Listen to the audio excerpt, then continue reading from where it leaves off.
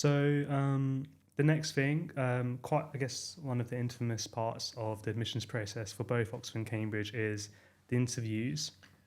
And we have a question here: what makes a good interview? Yeah, I mean, that varies a lot from subject to subject. I mean, a good maths interview is very different to, say, a good English interview. But broadly speaking, I would say a good interview normally occurs when the person being interviewed thinks really carefully about the questions that they're being asked, whether they're maths-based questions or whether they're literature-based questions or anything in between. And just really takes time to think about the subtleties, perhaps, that are inherent in the questions that they've been asked. You know, there might be something where it's, if you don't think about it very deeply, you just immediately respond in a particular way. Whereas if you just take a moment, think it through, reflect upon it, you'd actually respond in a different way that would take you much closer to a really insightful answer or solution or kind of theory or whatever it may be. So I think, yeah, the best interviews are the ones where the applicants really have the courage and the confidence to think during the interview. And I appreciate that's tricky because it's always going to be a bit of a stressful situation. But yeah, the applicants who can do that tend to be the ones who sort of really impress us most, I would say. And the interviewers, they're not trying to trick you, are they? Like the interviewers really want the interview to go well, and they really want you to engage with the conversation, and so like they're very much on your side. 100%. I mean, I've interviewed for many years, and still today, you know, when I'm interviewing anyone, you know, the interview starts, and I mean, I'm being very professional on the outside, and I'm you know, saying, you know, explaining what we're going to do, and I'm doing all that stuff. But on the inside, I'm sort of thinking, come on, you know, you can do this, come on. Yeah. And I'm absolutely like a supporter of theirs, you know, internally. I can't say that externally, but that's what's sort of going on in my mind. And I'm certainly not sitting there thinking, I want you to mess this up, Yeah, of course, yeah. and I'm going to try and force you to mess this up. Yeah. I'm not thinking of it in that way. I'm certainly planning to ask some, hopefully, you know, difficult but interesting and intriguing and engaging questions. And I'm interested to see how they respond to them. But I'm not sort of wishing them to fail in it. I want them to do well. And I'll try and help them to do well as much as I can during the interview. Because, yeah, I think you're right. I think often people think that the interviewers are like the opposition or something. Yeah. And they're not. They're kind of on your side in I guess, a slightly weird way. But they do want all the people they interview to do as well as possible during the interview, no question. That doesn't mean to say they won't occasionally play devil's advocate. You know, they will ask some provocative questions and maybe questions from unexpected angles, but that's all just to try and explore how someone thinks and functions in that kind of situation. So it's never malicious at all. Yeah, and the interviews in particular is something we can talk more about in the future, do a podcast on. I remember one thing you mentioned in the past is that like some applicants, they should like trust their gut a bit more and kind of not be dogmatic, but kind of stick to like their intuitions, because I think sometimes an applicant in an interview, they feel so nervous and they feel so inferior to the interviewers that if the interviewers just suddenly play devil's advocate, the applicant feels like, oh, I must have been wrong. Yep. They're obviously right. In those, you know, you don't want to never change your mind on an opinion if the interviewer is trying to explain you might have made a mistake. But similarly, you don't want to just abandon your opinions. Completely that, yeah. I mean, you know, as I said, what we're looking for are people who have the sort of courage to think during the interview, genuinely think and assess ideas. And I think the two extreme ways of not really thinking at all, one is to be completely dogmatic and bigoted and just say, no, the last thing I said was 100% correct. The last thing I said was 100% correct. No, it was 100% correct. You know, I'm not thinking, I'm just asserting, and that's just kind of boring and kind of brainless. Yeah. And at the other end of the spectrum, someone who just says, oh no, you're right. Oh no, you're absolutely right. Oh no, you're absolutely right. And just gives way all the time. That also doesn't really involve any thinking. So those two completely opposite types of response don't involve any thinking. Anything in the middle does. So it might be that there's a time to say, no, I'm sticking with what I said for these reasons. Yeah, exactly. But there might also be a time to say, actually, that's a good point. I hadn't considered that. You're right. It's more complicated. So let me rethink now what I said and let me change it. Right. That's where all the real intellectual work is being done, somewhere in that slightly confusing middle zone. Just the bigoted thing and the constantly giving way thing. They're just two different ways of not really thinking. Because I guess the dream for the interviewers, or like for when we're trying to choose students, is someone who has an open mind but are competent enough to act and think through their own like opinions. Yeah, exactly. And if you manage to do that in the interview, you'll impress the interviewers, no question, because that's tricky to do in a sort of half an hour period when you're a bit stressed.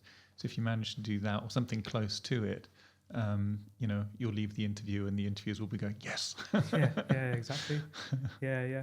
And people often say that the interviews they kind of replicate supervisions. And like, I was wondering if you could expand on that. Yeah, so the supervisions that we offer, again, I think we've got another podcast on this where we look at different forms of teaching in Cambridge, but the supervisions, it's a form of small group teaching. There's usually one supervisor or one teacher, if you like, and maybe two students, and the students will have prepared some work in advance of that supervision, and then they discuss it in detail during it. So an interview can't be exactly like that, but it does replicate that kind of teaching format. And I think it's always better to think of the interviews as being a teaching and learning experience rather than anything like a sort of an interrogation or something like that. During the interview, you will probably learn something, and almost certainly during the interview, the interviewers will teach you a little bit.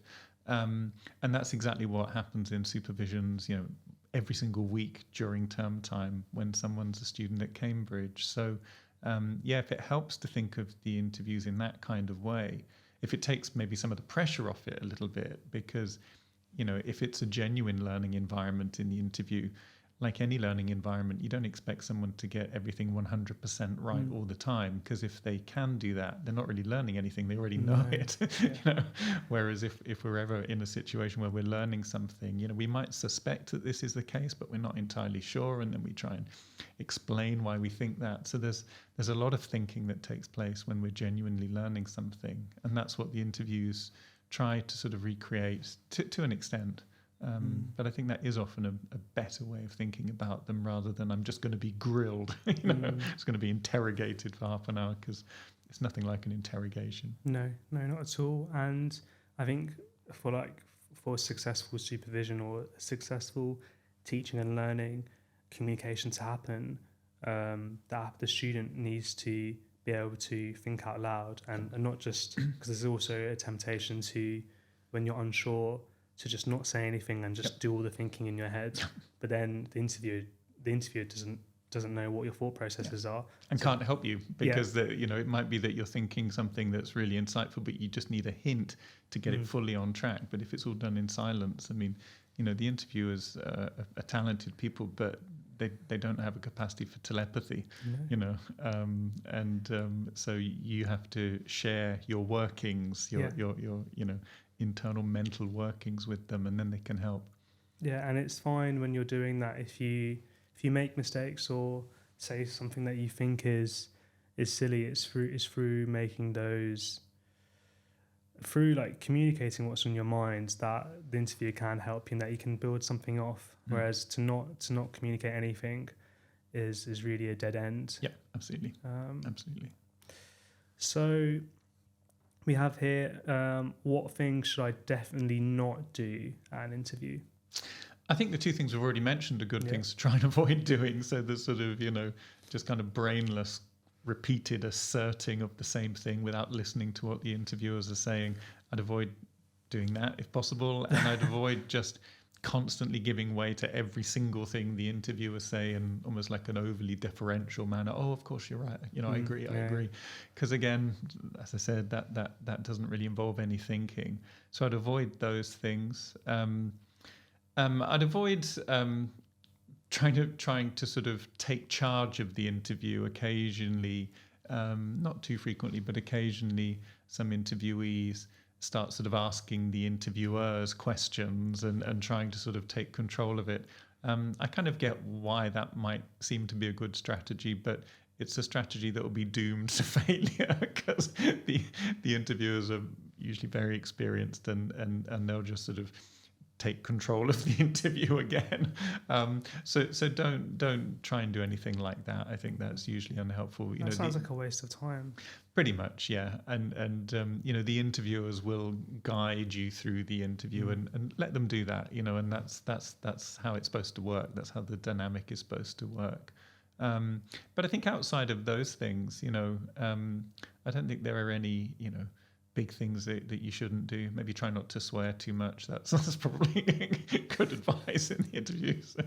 I mean, if swearing is how one communicates, we should be open to it. Yeah, within limits. Limits. I mean, I wouldn't swear at the interviewers. Maybe that might be too far. But I think there's very little that's like 100% off limits in an interview. Yeah. No. Yeah. Exactly. I guess the thing about trying to take control of the interview and asking the interviewer questions, I guess it depends. It really depends on where the intentions are coming from. Because I've always been for asking questions for clarification.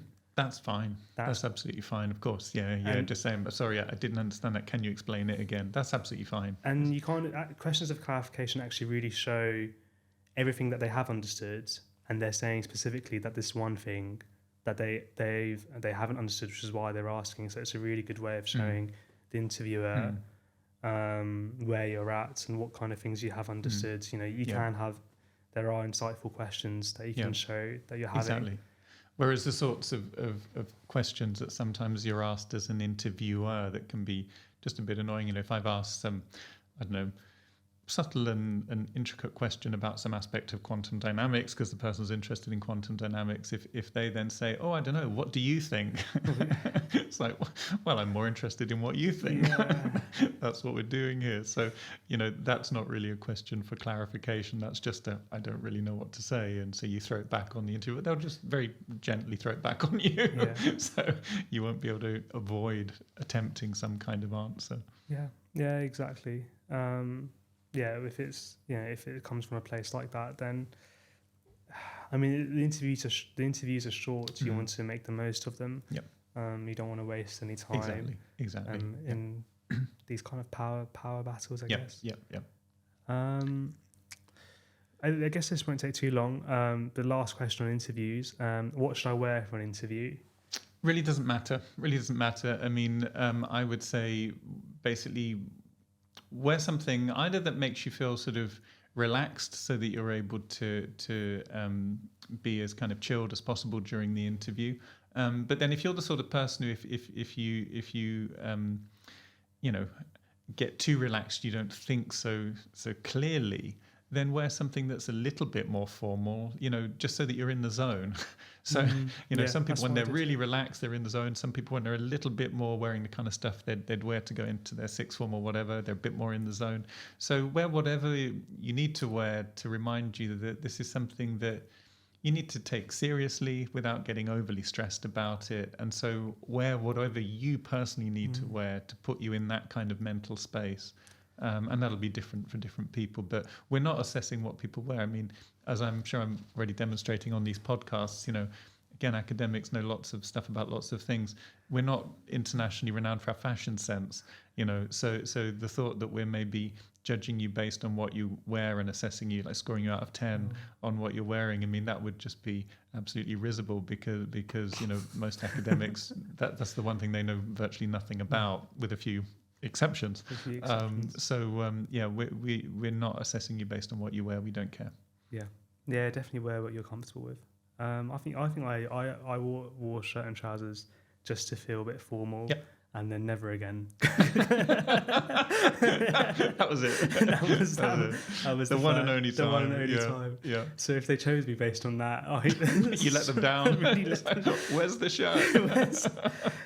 It was a full tracksuit. I mean, it doesn't look like it from what I'm wearing. This is what post-uni work does to you. It's a slippery slope. It's a slippery slope.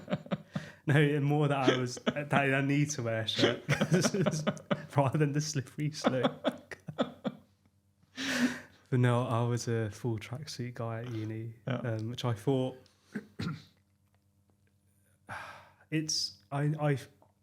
I knew that the interviewers won't care what I'm wearing, but if I wore my full tracksuit personally, I would be so self-conscious about it that I was like, oh, just put on some formal clothes. Exactly. No one's going to. That's why it's important. You wear what you need to wear to get you in the right Exactly. space, and the interviewers don't care, but Yeah. you should care because exactly. it enables you to perform as well as you can in the interview. Because then it was just, I mean, it wasn't formal. It was just like a shirt like this and some like black trousers from wherever, Primark or H&M.